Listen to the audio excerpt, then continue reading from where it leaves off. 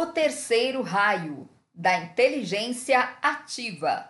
Esse é o raio do pensador abstrato, do filósofo e do metafísico. As pessoas desse raio têm uma imaginação fértil e são excelentes em matemática superior.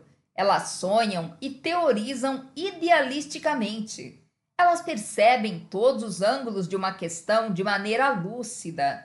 Uma de suas principais características é a perseverança. Elas são hábeis em se fixar numa coisa e não a deixam até concluí-la, mesmo que seja necessária uma existência inteira. Os membros do terceiro departamento são os organizadores da hierarquia, são as almas que estão ou não encarnadas que providenciam para que as coisas sejam feitas.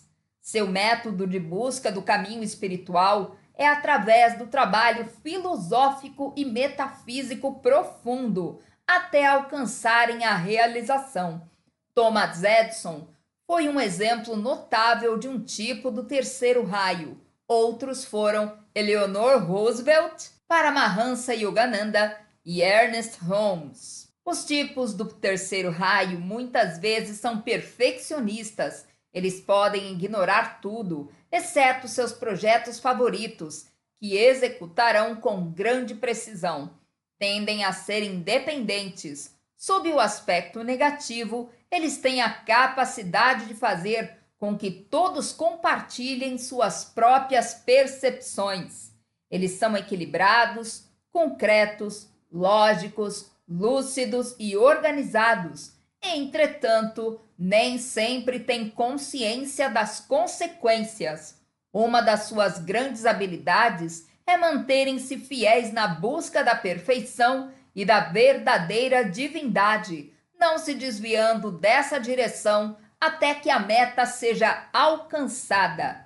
As virtudes especiais da pessoa do terceiro raio são visão ampla de todas as questões abstratas, sinceridade de propósito, um intelecto lúcido, capacidade de concentração em estudos filosóficos, paciência, cautela e despreocupação com ninharias. Os vícios desse raio são o orgulho intelectual, a frieza, o isolamento, o descuido com os detalhes, a distração, a obstinação, o egoísmo e a crítica exagerada aos outros.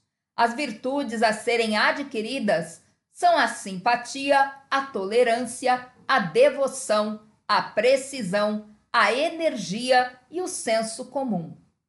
O quarto raio, da harmonia através do conflito. Esse raio é chamado de raio da batalha. Ele tem um aspecto superior e um inferior, como todos os demais raios.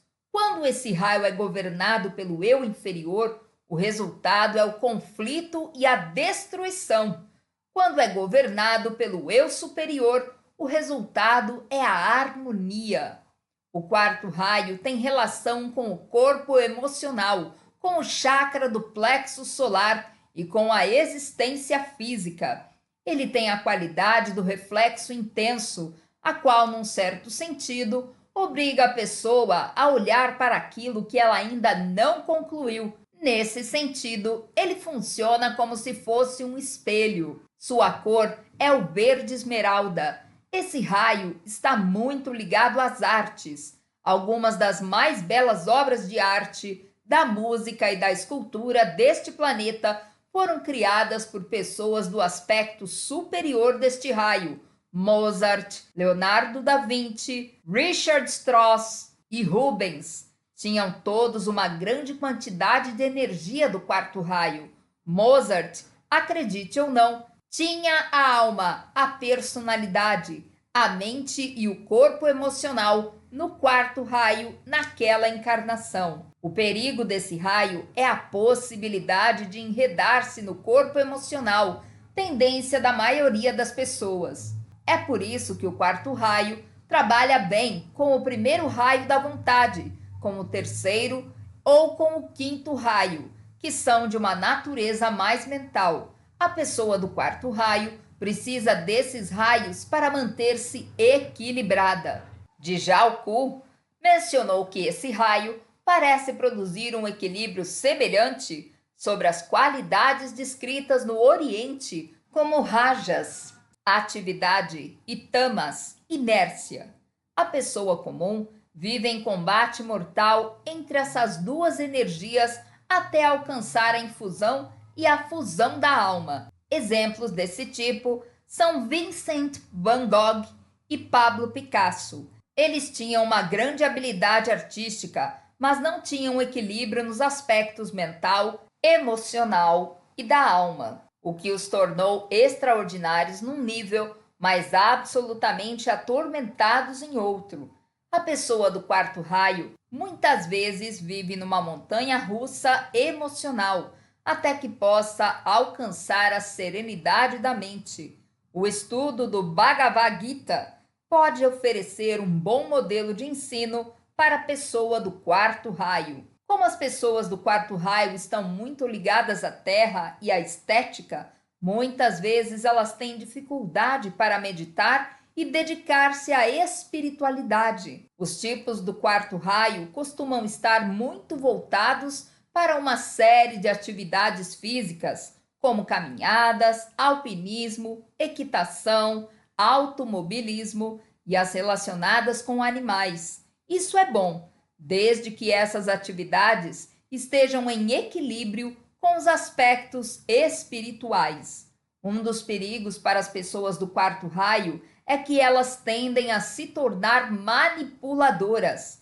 Geralmente, gostam que todos tenham a mesma visão de vida que elas. É fundamental que os tipos do quarto raio dediquem suas vidas ao caminho espiritual. Caso contrário, eles tendem a ser maníaco-depressivos. O método de busca do caminho espiritual é através do autocontrole, que conduz à serenidade da mente e ao equilíbrio das forças agressivas de sua natureza. As virtudes especiais do quarto raio são as afeições fortes, a simpatia, a coragem física, a generosidade e a agilidade intelectual e perceptiva. Os vícios do quarto raio são o egocentrismo, a preocupação, a imprecisão, a falta de coragem moral, as paixões fortes, a indolência e a extravagância.